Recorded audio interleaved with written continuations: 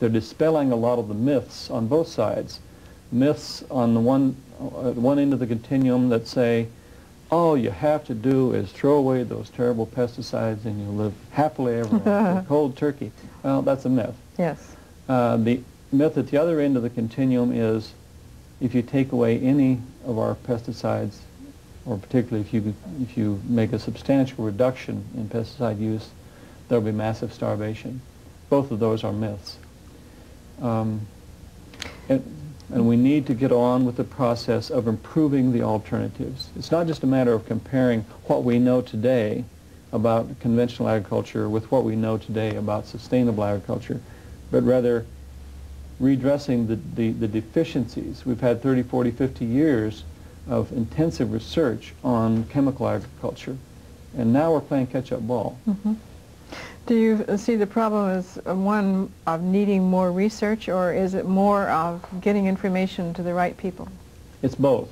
If we had just the process of getting the information to the people, the well would soon run dry. Mm-hmm. We're talking about a moving target. You may come up with a mechanism or procedure for dealing with a certain disease, and it really, really works. Maybe you come up with a disease-resistant cultivar of wheat. Mm-hmm.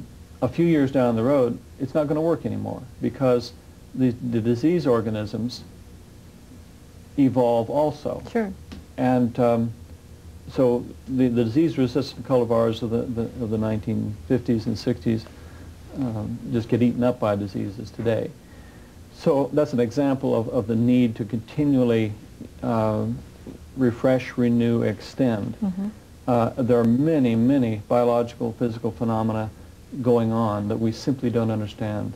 We need to know more about the rhizosphere. We need to know more about the biological nitrogen fixation processes and various interactions, ecological interactions with regard to pests and beneficials and irrigation and moisture and soil fertility and all these different realities that come together on a farm.